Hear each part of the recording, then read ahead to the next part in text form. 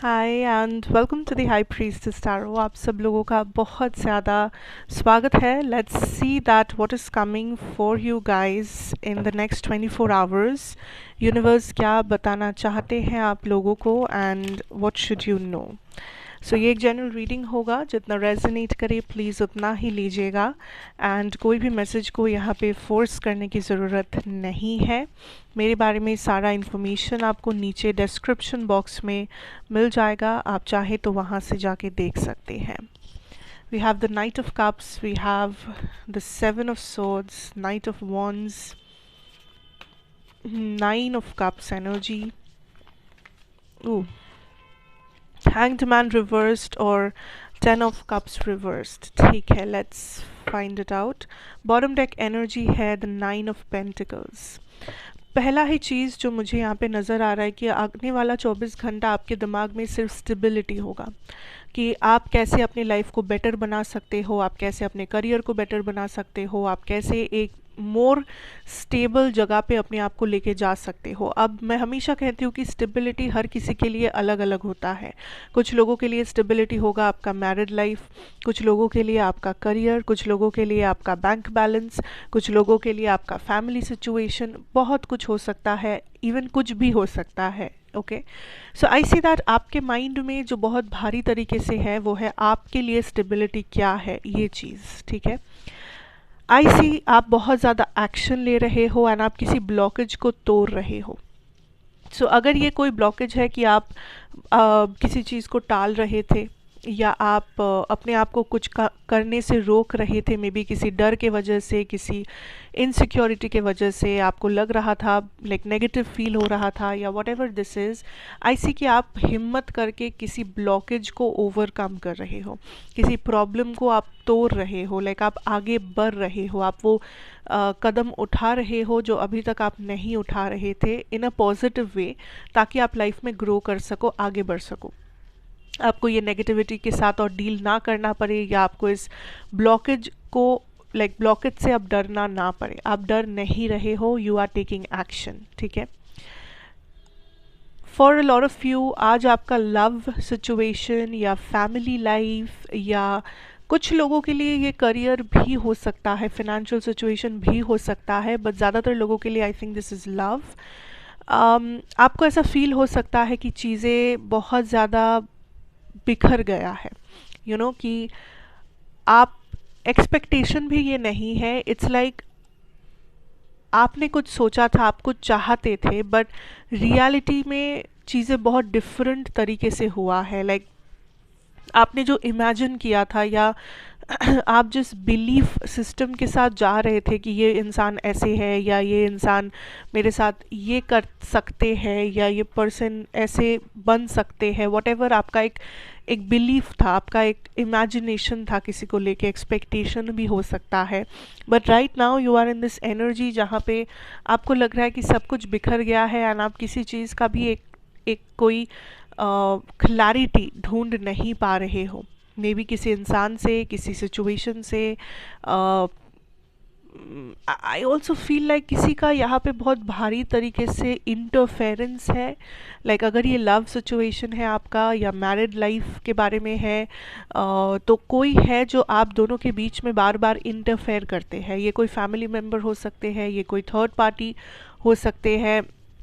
There is a very big interference जो बार बार इस चीज़ को ख़राब कर रहा है। ठीक है, and I feel like today you are in this energy जहाँ पे आप थोड़े से लो फील कर सकते हैं इमोशनली, क्योंकि आपको लग रहा है कि आप कुछ भी करो ये चीज़ कभी सही ही नहीं होता, या सही होता भी है तो फिर से वो सेम पैटर्न फॉलो करते हो आप लोग, या सेम प्रॉब्लम बार बार रेकर करता है आप दोनों के बीच में।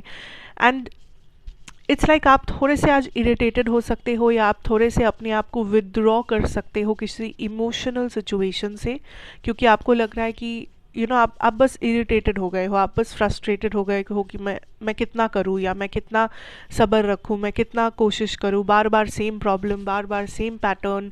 तो इट्स ऑलमोस्ट लाइक आप अपने आप को थोड़ा सा विदड्रॉ कर रहे हो, क्योंकि आपको अब इसमें पड़ना ही नहीं है फ़िलहाल के लिए। Okay, just for the time being I'm talking about. I'm also seeing this energy as आप डेफिनेटली कुछ मैनिफेस्ट कर रहे हो जो आपकी लाइफ में बहुत बड़ा एक इफेक्ट ला सकता है. दिस कुड बी एनीथिंग, कोई जॉब, कोई love life, may be a career, what ever this is. आप किसी चीज़ को मैनिफेस्ट कर रहे हो एंड यूनिवर्स इज सेइंग कि मैनिफेस्टेशन सिर्फ आपके जर्नलिंग या किसी रेमेडी या किसी मेथड को फॉलो करना नहीं है. Manifestation is also taking action. Manifestation is also showing up every day. ठीक है, आप कुछ लिख के मैनिफेस्ट करके फिर आप कुछ एक्शन नहीं लो एंड आप चुपचाप बैठे रहो, आप एकदम मायूस एनर्जी में रहो, फिर वो मैनिफेस्टेशन ब्लॉक्ड हो जाएगा. सो अगर आप कुछ मैनिफेस्ट कर रहे हो ताकि वो जल्दी से आपकी रियलिटी में आ जाए, you have to show up. आपको शो अप करना होगा, आपको कोई भी एक्शन, कोई भी कदम उठाना पड़ेगा. You can not just sit back. And universe is saying कि फ़िलहाल आपका सबसे बड़ा ब्लॉकेज जो है that is your emotional side.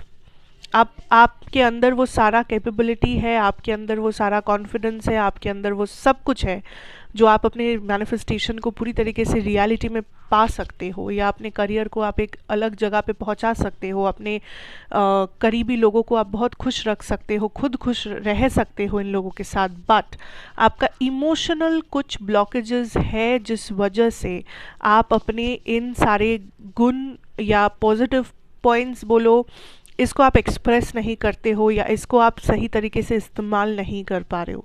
कहीं ना कहीं आपका पॉजिटिविटी ब्लॉक्ड हो रहा है एंड काइंड ऑफ जिस वजह से आप खुद भी सेटिस्फाइड नहीं हो, आपके आसपास के लोग भी आपसे सेटिस्फाइड नहीं हो पा रहे हैं.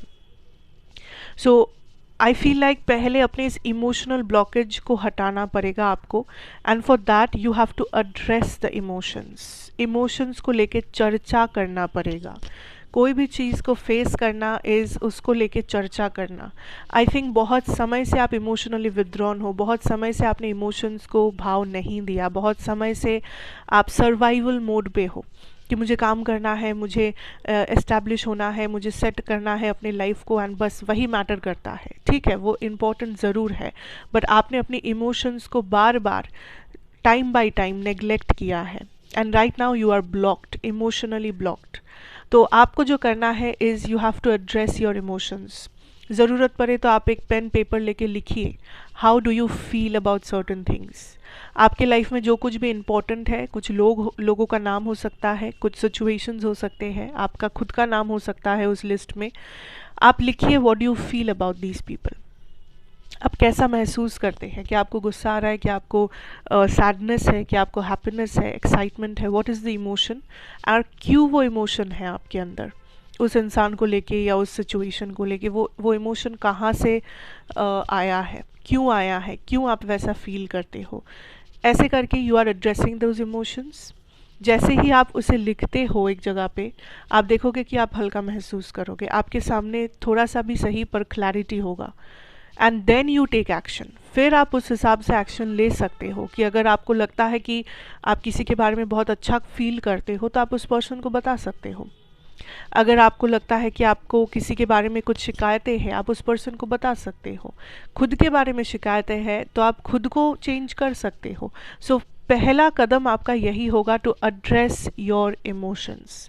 इमोशंस को लेके चर्चा कीजिए, इमोशंस के बारे में सोचिए, लिखिए, ट्राई टू अंडरस्टैंड कि क्यों आ रहे हैं ऐसे इमोशंस, नेगेटिव हो या पॉजिटिव हो, क्यों है ये इमोशंस, कहाँ से आया है ये इमोशंस और आप क्या करना चाहते हो इसके साथ. बिकॉज ये ब्लॉकेज हटाना बहुत ज़रूरी है, क्योंकि आप एक केपेबल पर्सन हो, हर तरह से आप केपेबल हो.